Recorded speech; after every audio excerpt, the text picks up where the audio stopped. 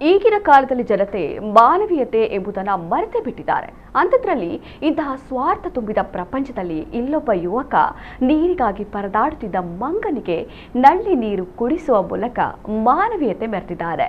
ಇನ್ನು ಈ ಹೃದಯ ಸ್ಪರ್ಶಿ ವಿಡಿಯೋ ಮಂಜುನಾಥ್ ಲೋಕಾಪುರ್ ಎಂಬ ಫೇಸ್ಬುಕ್ ಖಾತೆಯಲ್ಲಿ ಹಂಚಿಕೊಳ್ಳಲಾಗಿದ್ದು, ನೆಟ್ಟಿಗರು ಈತನ ಹೃದಯ ಶ್ರೀಮಂತಿಕೆಯನ್ನ ಹಾಡಿ ಹೊಗಳಿದ್ದಾರೆ. ಅಷ್ಟೇ ಅಲ್ಲದೆ ಈ ವಿಡಿಯೋ ಎಲ್ಲಿ ನಡೆದಿದೆ ಎಂಬುದರ ಬಗ್ಗೆ ಯಾವುದೇ ಮಾಹಿತಿ ಇಲ್ಲ, ಆದರೂ ವಿಡಿಯೋ ಮಾತ್ರ ಸಿಕ್ಕಾಪಟ್ಟೆ ವೈರಲ್ ಆಗಿದೆ.